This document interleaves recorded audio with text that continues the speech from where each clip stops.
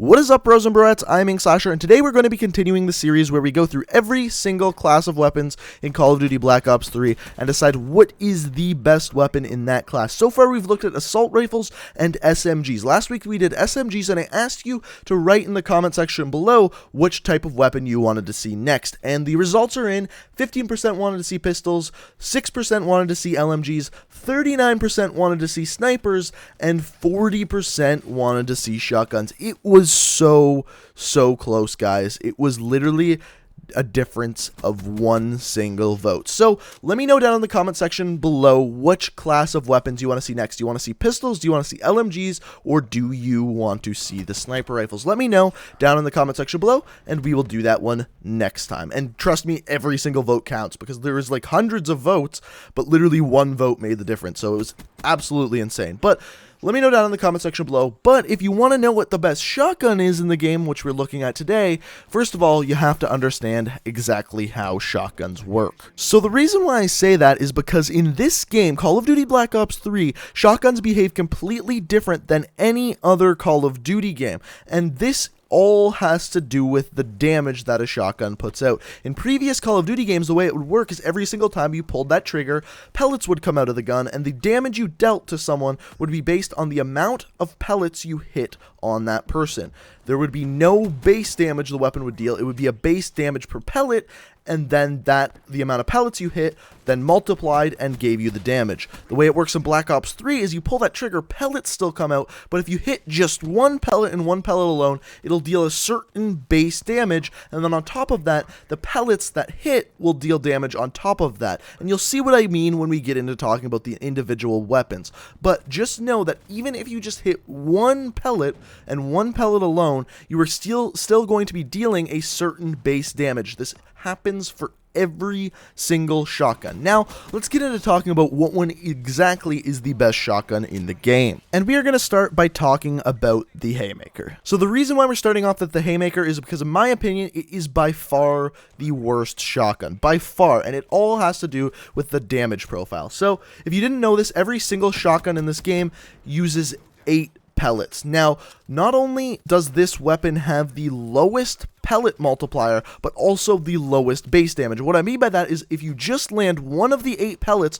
with the Haymaker, you are looking at a base damage of 42 damage up close, 40 at mid-range, and 24 at long range. Now, on top of that, the damage multiplier per pellet is 1 damage per pellet. So if you're up close and you land all 8 pellets, the most amount of damage you can do is 50 damage, meaning the best case scenario, up close and only up close you can do this, is you can get a 2-bullet kill. That is the best case scenario. Not to mention, this worst case scenario is you can then get a 4-bullet kill. So you're looking at a 2 to a 4-bullet kill depending on the range. Now, speaking of range, the range where it drops off and you can no longer get a 2-bullet kill is 3.75 meters. That is right, 3.75 meters, you can no longer get a 2-bullet kill, and then after that you were looking at a 3 to a 4-bullet kill depending on how many pellets you landed, all of that stuff. Now, let's compare this to the Brey, because the Brey is also like the spammy shotgun that you can generally only hip fire,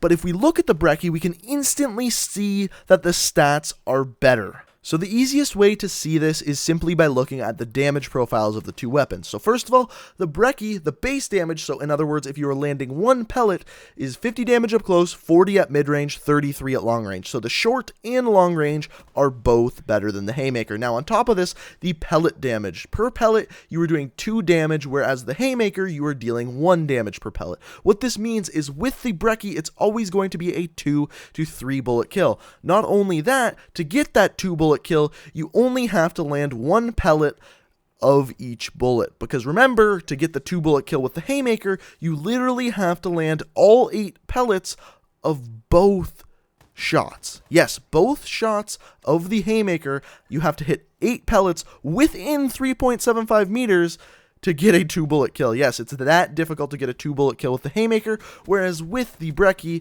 you only have to land the 2 bullets at shortest range. So you can get that 2-bullet kill up until 10 meters. Up until 10 meters, you are looking at a 2-bullet kill only if you're landing 1 pellet with the Brey. So up to 10 meters, 2-bullet kill. After the 10 meters, 3-bullet kill. That plain, that simple with the Brey. Now I know what you're thinking. There is one thing that the Haymaker has better than the Brey. And you're right, and that is the fire rate. So the fire rate for the Haymaker is 300, whereas the fire rate for the Brey is 187. Honestly, if we're being 100% honest, there isn't a big enough difference in fire rate for the Haymaker to make up for the extra bullets needed to kill people. Now, this is the thing that makes the Brey better than the Haymaker. The rest of the stats for these two weapons are very, very similar. In fact, most of them are exactly the same. The only thing else that the Brey has on top of the Haymaker is it has a 1.4 times headshot multiplier, but like I said, most of the time with these weapons, you're going to be aiming from the hip, so that headshot multiplier doesn't even matter at all. So for the reason that it just takes a lot less bullets to get kills with the Brey than Haymaker, it is going to move on in the competition, and the Haymaker is eliminated. So the next two shotguns we're going to be looking at are very, very good. Both of the KRM and the Argus handle very well, and you can do well with both of them. But the reason why we're comparing these two weapons is because these two weapons you have to be a little more accurate with, whereas the Brey and the Haymaker are a little more spammy. It doesn't matter at where you aim as much. So with the KRM and the Argus, which one is better? Again, this one's pretty plain and simple too. So the first thing we're going to compare with these two is the damage, and I'm about to throw a lot of numbers at you, so just brace yourself. With the KRM, the base damage is 98 up close, 84 at mid-range, 50 at long range. The pellet damage is 2 times per pellet, so a maximum of 16 damage. An additional damage because of the pellets. Now, what this means is the most amount of bullets it's going to take to kill is 2 because the lowest base damage is 50. However, what this means is that hitting pellets is incredibly important at short range, because the pellet damage is actually going to matter to get your 1-bullet kill. Whereas if we look at the Argus, it deals 50 damage at any range, and then the pellets deal 10 to 7 damage depending on the range per pellet. Yes, 10 to 7 damage per pellet with 8 pellets in the weapon. So much higher pellet damage on the Argus with a lower base damage of 50. What this means is, again, you are looking at a maximum of 2-bullet kill. However, with the Argus, when you aim down sights, it groups all your pellets together and is always going to be a 1-hit kill at any single range while aiming down sights. The way this works, when you're at the longest possible range, it groups all your pellets together, so a total of 8 pellets hit with 1 bullet, so 7 damage per pellet times 8 pellets is 56 damage, and we already know the base damage at any range for the Argus is 50, which means you're dealing 106 damage every single time you're aiming down sights and fire the Argus, which means at any range you can hit with the Argus, it's going to be a 1-hit kill while aiming down sights. So the way to compare these two is that when you're up close and personal, firing from the hip, the KRM will generally do better because it has a 98 base damage. When you're firing from the hip with the Argus, it's incredibly important to hit every single pellet because that's how you're going to kill someone, because even up close, at the shortest possible range, the base damage for the Argus is only 50. So it's super important with the Argus to always be aiming down sights. What is better though? I think the Argus's damage profile is better simply because when aiming down sights, it's always going to be a 1-hit kill. Now on top of that, with that awesome stat of it always being able to be a 1-hit kill, it actually has a faster fire rate, only by 3 RPM. So the KRM's is a 60 RPM, the Argus is a 63 RPM. It doesn't make a much of a difference, but for a weapon to have a better damage profile and a better fire rate, that is a pretty decent stat to just keep in mind. Even though with the 3 RPM difference, you're probably not going to notice a difference. Now on top of this, all the smaller stats on the Argus are better than the KRM's. First of all, magazine size is larger, aim down sights time is faster, and finally the hip spread is smaller. Literally all the small stats for the Argus are better than the KRM. So if the damage profile didn't do it for you, then all those little stats should. So therefore, Argus is better than the KRM, so we've got the Brey and the Argus in the finals. Now, I'm going to make this Plain and simple for you guys. If you are a better player, the Argus is the better weapon. Why? Every time you fire that weapon, it can be a one-hit kill. If you're a worse player, the Brey is a better weapon. Why? Because it's super spammy, super easy to aim, and all you gotta do is just hit bullets and get kills based off its base damage. Whereas for the Argus, you have to land pellets and you have to land those one-hit kills, almost like a sniper rifle, but with a shotgun.